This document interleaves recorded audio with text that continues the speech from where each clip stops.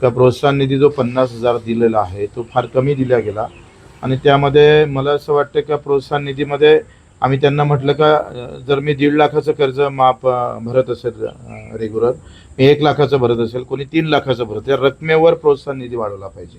हे मी सीएम साहेबांशी पण बोललेलो आहे, शिंदे साहेबांशी बोललो.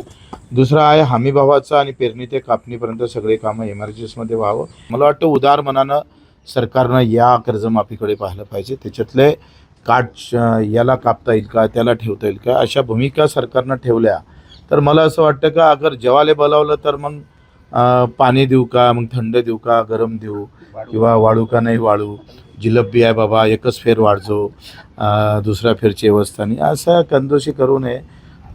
मला वाटते फडणवीस साहेबांनी सुद्धा यावर लक्ष घातलं पाहिजे.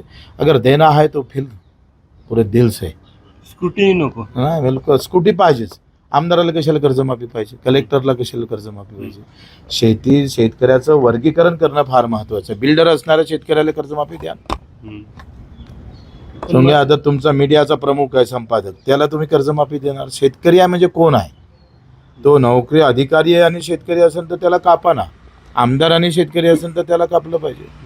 म्हणजे मर्यादा आखली आहे की इतकंच कर्ज माफी, ती मान्य नाही तुम्हाला? मला असं वाटतंय का 2 लाख 4 लाख कर्ज असेल तर 2 लाख माफ करावं, 2 लाख त्याच्यावर राहील. पण त्याला अशी अट घालू नये 2 लाखापर्यंतच कर्जमाफी. किती काही कर्ज असलं किमान 2 लाख तरी माफ केलं पाहिजे. कसं आहे, लढा आपण जो उभा केला आणि त्याच्यातून जे घोषणा झाली, घोषणेपर्यंत आपण थांबलो नाही आणि घोषणा करून घेतली. आता त्याचं GR निघणं औपचारिकता बाकी आहे. पण लोक म्हणते कर्जमाफी तर झाली नाही, बच्चू कडू शिवसेना कसा केला. अरे विधान परिषदमध्ये सभेमध्ये घोषणा करणं ही फार मोठी गोष्ट आहे. त्या घोषणेपासून सरकारला पळ काढता येणार नाही आणि आता तर आम्ही सरकारमध्ये आम्ही पडू देणार नाही, त्याच्यापाशीच ठाम ठेवू. तो सेशन निर्णय निघाल्यानंतर जे थकीत कर्जदार आहे, जसं मी माझ्या बँकेचा अध्यक्ष आहे, तर माझ्या बँकेतल्या किमान 70,000 शेतकऱ्यांची कर्जमाफी पूर्ण होईल. खरा जर विदर्भातला जर विचार केला आपण तर 1.5 ते 2 लाखापर्यंतच कर्ज शेतकऱ्यांवर आहे, तर ते सगळे माफ होणार आहे. 70,000 लोकांना फायदा माझ्या एकट्या बँकेत होणार आहे. आणि त्याच्यामुळे आता आम्ही जे धोरण आखतोय की त्यांना कर्ज देण्याच्या संदर्भातला विषय आपण समोर नेणार आहोत.